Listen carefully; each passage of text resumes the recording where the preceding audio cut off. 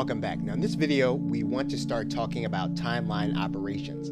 Of course, every video creator is going to be different, but when you start talking about matching audio to the images that are going to be in your video, you are going to have some options and tools available to you in order to make the timing perfect. What you're going to notice is that there is an image, there is a whiteboard, and there's some writing on top of that whiteboard. And what we want to talk about in this video are native images to a scene. We're going to open up this image, and you're going to notice that as we appear with this image, that there is a whiteboard and then there is a businesswoman standing there.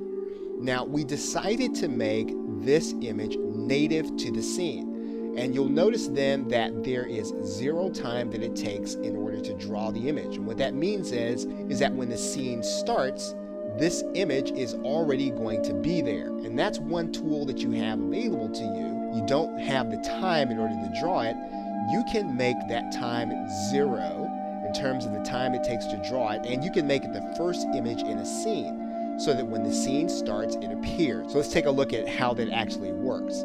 And we're going to close this, and we're just going to play this particular scene. We're going to do that by just clicking this button inside of our video creator. Introduction to strategic marketing. And so what you notice is that when the scene started, the businesswoman as well as her clipboard was already there, and we started the animation with the writing. And again, native images give you the opportunity to put in explanatory images when a scene begins, and then you can actually build around those images when you're actually doing your animation. Now, this computer monitor in our video is another native image. You'll notice that it has 0 time to animate, so when the scene actually starts, this computer monitor will be in the scene at the very beginning, and we're going to build around this computer monitor.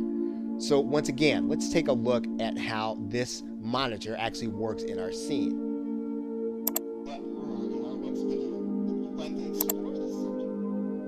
So you can see that having a native image actually gives you more options. It allows you to put more images in the screen to make your video more explanatory. So use this technique in terms of your timeline in order to give your video more life and more images so that your viewer will know what you are trying to say. Okay, so with that, thanks, and I will see you in another video.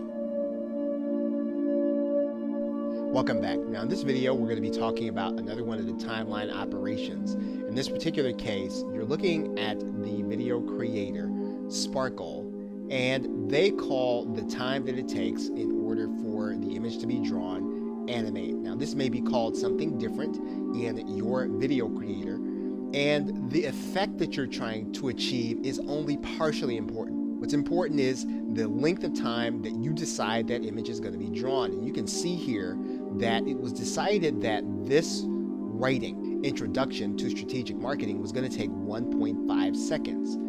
Now, let's take a look as to how that works. Introduction to Strategic Marketing. So you can see there that this was timed so that it would coincide with the actual voiceover. Now, depending on how your video creator works, you can actually make that longer. That may not match exactly with the timing, but what you're trying to do with your scenes is you're trying to time the exact total time of the scene and not so much the individual words to the writing. So let's take a look. If we were to lengthen the drawing time or the animation time, let's take a look at how that would work in this video.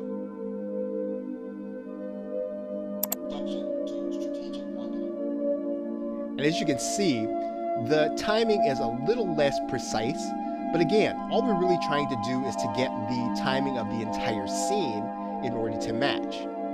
You'll see the same thing at play here when we look at this chart. So let's take a look at the drawing of this chart, and we've set this to 2.5 seconds.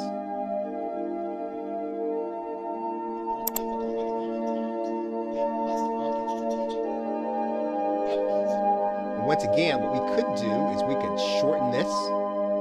We could shorten this to 2 seconds or 1.5 seconds. seconds, and then we can take another look at this.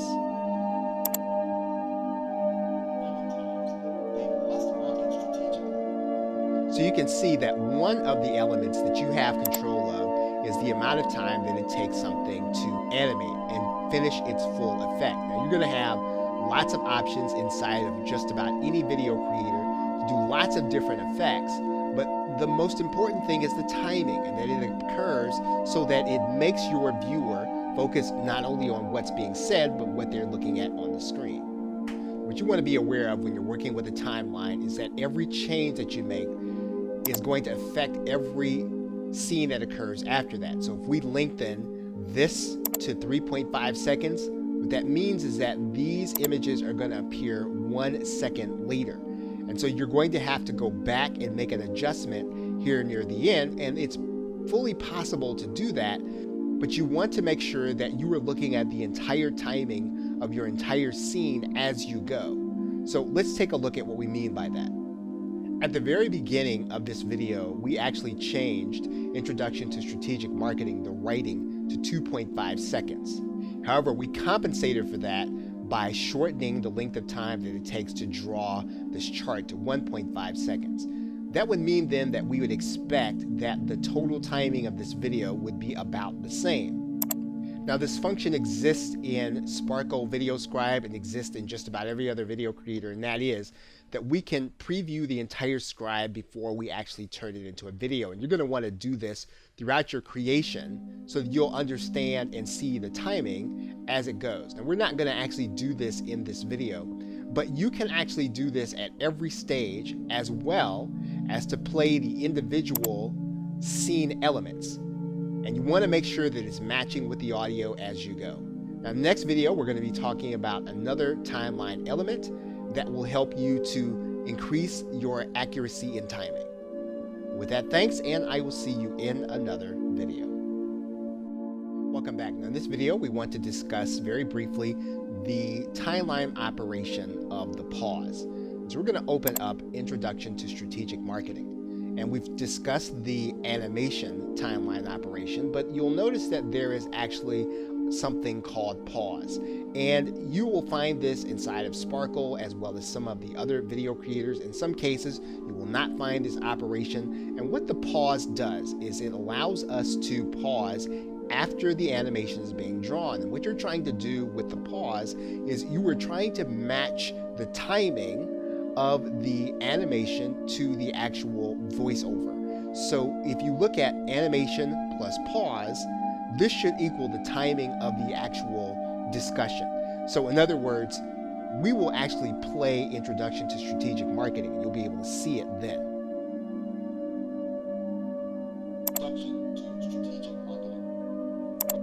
Now you'll notice there was a slight pause before it starts to transition to the next scene. And what this does is it allows us to match the words to the actual speaker. In some cases, you will not want there to be a pause at all, and you'll see that as we illustrate with this chart. You'll notice that it took 1.5 seconds to draw the chart. We don't want there to be any pause between the actual drawing and the actual next part of the animation. And the reason is because we want the timing to actually match the words market strategically. And so you are actually doing each scene as one piece, but you control the pause so that it gives you additional time for the words to appear on the screen. So for example, let's take a look at market strategically after the chart.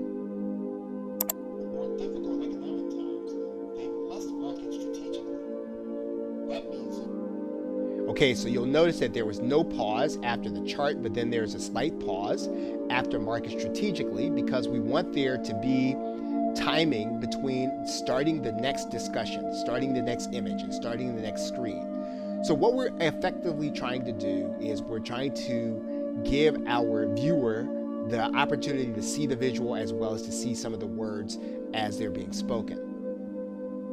Now, in some cases, you will have the pause combined with the transition. If that's the case, you'll need to operate these two together, but it bears a separate discussion because the transition actually is a timeline operation that does something entirely different, and we're going to discuss that in the next video.